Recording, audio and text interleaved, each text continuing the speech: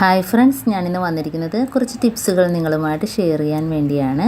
അപ്പോൾ നല്ല അടിപൊളി ടിപ്സുകളുമായിട്ടാണ് വന്നിരിക്കുന്നത്. അപ്പോൾ എൻ്റെ ഈ ചാനൽ സബ്സ്ക്രൈബ് ചെയ്യാതെ കാണുന്ന കൂട്ടുകാരുണ്ടെങ്കിൽ പ്ലീസ് ഒന്ന് സബ്സ്ക്രൈബ് ചെയ്ത് സപ്പോർട്ട് ചെയ്യണേ. അപ്പോൾ വീഡിയോയിലോട്ട് കിടക്കാം. അപ്പോൾ ഞാൻ വാസലിനാണ് എടുക്കുന്നത്. അപ്പോൾ ഷൂ പോളിഷ് ചെയ്യാനാണ് ആദ്യം നമുക്ക് വാസലിൻ എടുക്കുന്നത്.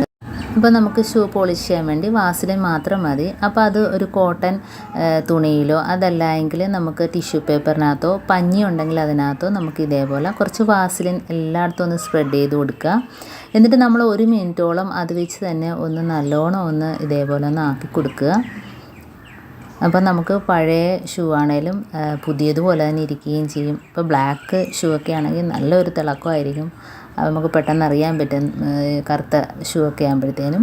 അതേപോലെ കുട്ടികൾ സ്കൂളിൽ ഇട്ടുകൊണ്ട് പോകുന്നതാണെങ്കിലും ഇതേപോലെ ഒന്ന് ഇടയ്ക്ക് ചെയ്ത് കൊടുക്കുക. നല്ല പുതിയതുപോലെ ഇരിക്കും. അപ്പോൾ ഇതേപോലെ വാസലിൻ വെച്ച് ഒരുപാട് ഉപയോഗമുണ്ട്. ഇപ്പോൾ എപ്പോഴും നമ്മൾ ഇതേപോലെ വാസലിൻ വെച്ച് ചെയ്ത് കൊടുക്കണമെന്നില്ല, വല്ലപ്പോഴും ഒന്ന് ചെയ്ത് കൊടുത്താൽ മതി. ഇപ്പം നല്ല പുതിയതുപോലെ തന്നെ നമുക്ക് കിട്ടുകയും ചെയ്യും. നല്ലൊരു തിളക്കമായിരിക്കും. ഉണ്ടോ, നമുക്ക് കാണുമ്പോൾ തന്നെ അറിയാം. ഇപ്പോൾ കുട്ടികളൊക്കെ സ്കൂളിൽ ഇട്ടുകൊണ്ട് വരുമ്പോഴത്തേനും നല്ല പൊടിയായിരിക്കും. അപ്പോൾ ആ പൊടിയൊക്കെ ആദ്യം ഒന്ന് തുടച്ച് കഴിഞ്ഞതിന് ശേഷം മാത്രം വേണം ഇതേപോലെ ഒന്ന് ചെയ്ത് കൊടുക്കാൻ. അപ്പോൾ അതാണ്ട് പോളിഷ് ചെയ്ത് കഴിഞ്ഞ് അപ്പം നല്ല ക്ലീനായിട്ട് കിട്ടിയിട്ടുണ്ട് ഷൂ. കണ്ടോ. അപ്പോൾ ഇതേപോലെ എല്ലാവരും ഒന്ന് ട്രൈ ചെയ്ത് നോക്കുക. അപ്പോൾ അടുത്ത ടിപ്പെന്ന് പറഞ്ഞാൽ നമുക്ക് വാഷ് ബേസിനിലൊക്കെ എപ്പോഴും നമ്മൾ ടാപ്പ് ഉപയോഗിക്കുന്നതാണല്ലോ. അപ്പോൾ അവിടെയൊക്കെ ഈ വെള്ളം വീണിട്ട് അതിൻ്റെ ആ സ്റ്റീൽ കളറ് തന്നെ ഒരുമാതിരി മങ്ങി കണക്കിരിക്കും. ഇപ്പോൾ സ്റ്റീലിൻ്റെ പൈപ്പാണല്ലോ എല്ലായിടത്തും. അപ്പം അത് നമുക്കൊന്ന് പോളിഷ് ചെയ്തെടുക്കുന്നതിന് ഇതേപോലെ നമ്മൾ ടിഷ്യൂ പേപ്പർ വെച്ചോ ഇതേപോലെ കോട്ടൺ തുണിയാണേലും മതി, ഒന്ന് ചെറുതായിട്ട് വാസലിനൊന്ന് തേച്ച് കൊടുത്തതിന് ശേഷം അത് വെച്ചൊന്ന് വെറുതെ ഒന്ന് നമ്മൾ ഇതേപോലെ ഒന്ന് തൂത്ത് കൊടുത്താൽ മതി. നല്ല ഗ്ലേസിങ് ആയിരിക്കും. ഉണ്ടോ, നല്ല പോറലൊക്കെ വീണ് വെള്ളമൊക്കെ വീണ് ആകെ നാശമായിട്ടിരിക്കുന്നതല്ലേ. അപ്പോൾ ഇതേപോലെ ഒന്ന് ചെയ്ത് കൊടുക്കുമ്പോഴത്തേന് നല്ലൊരു തിളക്കമൊക്കെ കിട്ടും. ഉണ്ടോ. അതേപോലെ കിച്ചണിൽ നമ്മൾ എപ്പോഴും ഇതേപോലെ ഉപയോഗമുള്ളതാണ്. വെള്ളം തെറിച്ച് എത്ര സോപ്പിട്ട് നമ്മൾ തേച്ച് കഴിയാലും അതിൻ്റെ ആ 2 ദിവസം ആകുമ്പോഴത്തേന് അതിൻ്റെ ആ തിളക്കമൊക്കെ മങ്ങി വെള്ളമൊക്കെ വീണിട്ട് ആകെ പാടായിരിക്കും. അപ്പോൾ ഇതേപോലെ നമ്മൾ ക്ലീൻ ചെയ്യുന്ന സമയത്ത് ഇതേപോലെ ഒന്ന് വാസന ഇടയ്ക്കൊന്ന് ഇതേപോലെ ഒന്ന് തൂത്ത് കൊടുത്തിട്ട് നല്ലോണം അതേപോലെ ഒന്ന് ടാപ്പിനകത്തൊക്കെ ഒന്ന് തൂത്ത് കൊടുത്താൽ മതി. അപ്പോൾ തന്നെ നമുക്ക് ഇതാണ്ട് വെറുതെ ഒന്ന് തൂത്ത് കൊടുക്കുമ്പോൾ തന്നെ നമുക്കറിയാൻ പറ്റും നല്ലൊരു ഗ്ലേസിങ് ആണ്. ഉണ്ടോ. ഇതേപോലെ തന്നെ ബാത്റൂമിലെ ടാപ്പിലും ചെയ്ത് കൊടുക്കാം. അപ്പോൾ എപ്പോഴും വെള്ളം വീണ് തുരുമ്പിച്ച് സ്റ്റീലാണേലും കുറേ നാളാകുമ്പോഴത്തേനും തുരുമ്പൊക്കെ വരും. അപ്പോഴത്തേനും ഇതേപോലെയൊക്കെ ചെയ്ത് കൊടുക്കുമ്പോഴത്തേനും അങ്ങനെയുള്ളൊരു കംപ്ലൈൻ്റ് ഒന്നും വരത്തില്ല. അപ്പം നല്ല പുതിയതുപോലെ തന്നെ എപ്പോഴും ഇരിക്കുകയും ചെയ്യും. ഉണ്ടോ. അതേപോലെ തന്നെ നമ്മളെ കണ്ണാടി, ചെറിയ കണ്ണാടിയില്ലേ മുഖമൊക്കെ നോക്കുന്നത്, അതിനകത്താണ് ഇപ്പോൾ ഞാൻ തേച്ച് കൊടുക്കുന്നത്. ഉണ്ടോ, വാസലിൻ തേച്ചിട്ട് ഇതേപോലെ ടിഷ്യൂ പേപ്പർ വെച്ച് നല്ലോണം ഒന്ന് തുടച്ച് കൊടുക്കുക. ഉണ്ടോ, നമുക്ക് നോക്കുമ്പോൾ തന്നെ അറിയാം പെട്ടെന്ന് തന്നെ അതിൻ്റെ മാറ്റം. ഉണ്ടോ. അപ്പോൾ ഇതേപോലെ എല്ലാവരും ഒന്ന് ചെയ്ത് നോക്കുക.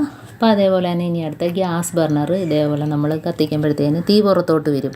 അപ്പം ബർണറിന് കംപ്ലൈൻ്റ് ഒന്നും ഇല്ലെങ്കിൽ ഇതേപോലെ ഒന്ന് വാസലിൻ തേച്ചിട്ട് നമുക്ക് ബർണർ ഇട്ട് കൊടുത്തൊന്ന് കത്തിച്ചാൽ മതി. അപ്പോൾ തീ പുറത്തോട്ടൊന്നും വരാതെ നല്ല രീതിയിൽ തന്നെ കത്തുകയും ചെയ്യും. കണ്ടോ. ഇനിയിപ്പോൾ അടുത്ത ടിപ്പെന്ന് പറഞ്ഞാൽ ഗ്യാസ് നമുക്ക് എന്തുമാത്രം ഉണ്ട് തീർന്നു ഒന്നും അറിയാൻ പറ്റത്തില്ലല്ലോ. അപ്പോൾ നമ്മൾ ഇതേപോലെ ഒരു സൈഡിൽ കുറച്ച് ചൂടുവെള്ളം, അപ്പോൾ നല്ല ചൂടുവെള്ളം ഒഴിച്ചു കൊടുത്തിട്ട് നമ്മൾ ഇതേപോലെ ഒന്ന് തൊട്ട് നോക്കുമ്പം തണുത്ത ഭാഗത്ത് ഗ്യാസ് കാണും. ഇപ്പോൾ എന്തുമാത്രം ഉണ്ട്, ഇപ്പോൾ എനിക്ക് പകുതിയുണ്ട്. ഇപ്പോൾ തണുപ്പ് ഉള്ള ഭാഗത്ത് ഗ്യാസ് അത്രയും ഉണ്ടെന്ന് നമുക്കറിയാൻ പറ്റും. ഇപ്പോൾ അടുത്ത ടിപ്പെന്ന് പറഞ്ഞാൽ നമ്മൾ അരി ആട്ടുമ്പോഴത്തേന് 2-3 ഐസ് ക്യൂബ് ഇട്ട് കൊടുക്കുക. അതല്ലെങ്കിൽ തണുത്ത ചോറിട്ട് കൊടുത്താലും മതി, അരിക്കനുസരിച്ച് ചോറിട്ട് കൊടുത്താലും മതി. ഇപ്പോൾ നമ്മൾ അരിയൊക്കെ ആട്ടുമ്പം കഴിവതും നമ്മൾ ജോലി ഒതുക്കാൻ വേണ്ടി 3/4 ഭാഗമൊക്കെ ഇട്ട് കൊടുത്തങ്ങ് ആട്ടിയെടുക്കും. അപ്പോൾ പല തവണ ആകുമ്പോഴത്തേനും അതുപോലെ മിക്സിയുടെ മോട്ടറിനൊക്കെ കംപ്ലൈൻറ്റ് വരും. അപ്പോൾ നമ്മൾ കഴിവതും പകുതിയൊക്കെ ഇട്ട് അരച്ചെടുക്കാൻ നോക്കുക. ഇനി ഇത് ഐസിടുന്നതിൻ്റെ ഗുണമെന്ന് വെച്ചാൽ മിക്സിയുടെ ബ്ലേഡിനകത്ത് പിടിക്കത്തുമില്ല. അതുപോലെ ദോശയാണെങ്കിലും അപ്പമാണെങ്കിലും നല്ല സോഫ്റ്റായിട്ട് കിട്ടുകയും ചെയ്യും. അപ്പോൾ ഐസ് ക്യൂബ് ഇല്ലെങ്കിൽ നമുക്ക് തണുത്ത ചോറിട്ട് കൊടുത്താലും മതി. അപ്പോൾ നമ്മൾ ഒന്ന് സപ്പോർട്ട് ചെയ്ത് കൊടുക്കുന്നതും കൂടെ നല്ലതായിരിക്കും. മിക്സി ഇടുമ്പോൾ നമ്മൾ മൂടിക്കകത്തൊന്ന് സപ്പോർട്ട് ചെയ്ത് കൊടുക്കുന്നതും കൂടെ നല്ലതായിരിക്കും. അപ്പോൾ മിക്സി പെട്ടെന്ന് കംപ്ലൈൻ്റ് ആകത്തുമില്ല. ഇനിയിപ്പോൾ അടുത്ത ടിപ്പെന്ന് പറഞ്ഞാൽ നമ്മൾ കബോർഡിനകത്ത് ഇതേപോലെ വലിക്കുന്ന ട്രയൽ നമ്മൾ സ്പൂണും ഇതൊക്കെ വാരിയിടുമ്പോഴത്തേന് എപ്പോഴും ഇടയിലൊക്കെ പോകാൻ ചാൻസ് ഉണ്ട്.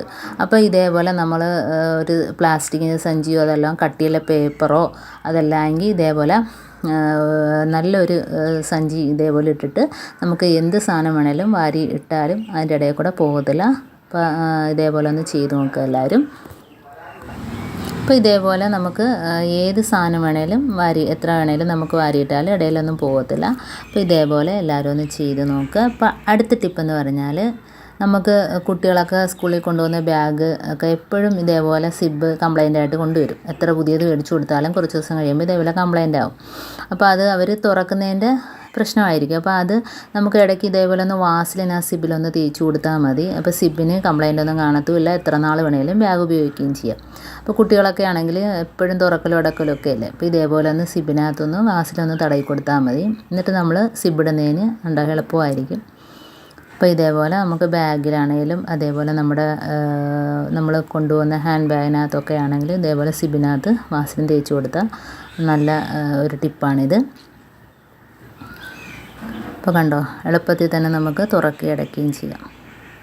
അപ്പോൾ അടുത്ത ടിപ്പെന്ന് പറഞ്ഞാൽ നമ്മളെ കണ്ണാടി, നമ്മൾ കണ്ണിൽ വയ്ക്കുന്ന കണ്ണാടി, അത് ഏത് കണ്ണാടിയാണേലും വേണ്ടിയില്ല, ഇതേപോലെ ഒന്ന് വാസലിൻ തടയിട്ട് നല്ലോണം ഒന്ന് ടിഷ്യൂ പേപ്പർ വെച്ചോ, അതല്ലെങ്കിൽ നമ്മുടെ കയ്യിൽ മൈക്രോ ഫൈബർ ക്ലോത്ത് ഉണ്ടെങ്കിൽ അത് വെച്ചോ, അതല്ല എങ്കിൽ ചെറിയ കോട്ടൺ തുണി വെച്ചൊക്കെ, നല്ല സോഫ്റ്റുള്ള കോട്ടൺ തുണി ഉണ്ടല്ലോ, അതൊക്കെ വെച്ച് ഒന്ന് തുടച്ചു കൊടുക്കുക. അപ്പോൾ നല്ല കണ്ണി വെക്കുമ്പോൾ തന്നെ നല്ല ഒരു വെട്ടമൊക്കെ കിട്ടുകയും ചെയ്യും. നല്ല രീതിയിൽ തന്നെ നമുക്ക് നല്ല തെളിച്ചമായിരിക്കും. അപ്പോൾ ഇതേപോലെ നമുക്ക് ഏത് ഗ്ലാസ് വേണേലും ഇതേപോലെ തുടച്ചെടുക്കാം. ഉണ്ടോ, ഇതിനകത്തും ഇതേപോലെ നമുക്ക് ചെറുതായിട്ട് വാസലിൻ തേച്ചിട്ട് ഇതേപോലെ തുടച്ചെടുക്കാവുന്നതാണ്. നമുക്ക് കണ്ണിൽ വയ്ക്കുമ്പം തന്നെ അറിയാൻ പറ്റും, നല്ല ഒരു വെട്ടവും തെളിച്ചവും ഒക്കെ ആയിരിക്കും.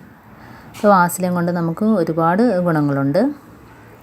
ഇപ്പോൾ അടുത്ത ടിപ്പെന്ന് പറഞ്ഞാൽ നമ്മൾ മോതിരം വളയൊക്കെ കയ്യിലിടുമ്പോഴത്തേനും നമുക്ക് വളരെ പ്രയാസമായിരിക്കും. ചിലത് നല്ല ഇറുക്കമായിട്ടിരിക്കും, ഊരാനും ഇടാനും ഒക്കെ പാടായിരിക്കും. അപ്പോൾ ഇതേപോലെ ഒന്ന് വാസലിൻ തേച്ച് കൊടുത്തിട്ട് ഊരാൻ എളുപ്പമാണ്. അതുപോലെ തന്നെ നമുക്ക് വളയും ഊരിയെടുക്കാം, ഇതേപോലെ വാസലിൻ തേച്ചാൽ മതി. ഇപ്പോൾ പാടുള്ള വളയൊക്കെ ആണെങ്കിലും നമുക്ക് ഇതേപോലെ തന്നെ ഊരിയെടുക്കാം.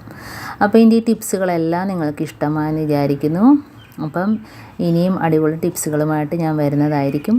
അപ്പോൾ എൻ്റെ ഈ വീഡിയോ ഇഷ്ടപ്പെട്ടെങ്കിൽ എല്ലാവരും ഒന്ന് ലൈക്ക് ചെയ്യാനും കമൻറ്റ് ചെയ്യാനും സബ്സ്ക്രൈബ് ചെയ്യാനും മറക്കരുത്. കൂട്ടത്തിൽ ബെല്ലൈക്കൺ ക്ലിക്ക് ചെയ്യാനും മറക്കരുത്. എന്നാലേ ഞാനിടുന്ന വീഡിയോസ് ഓരോന്നായിട്ട് നിങ്ങളുടെ മുമ്പിൽ നോട്ടിഫിക്കേഷനായിട്ട് വരികയുള്ളൂ.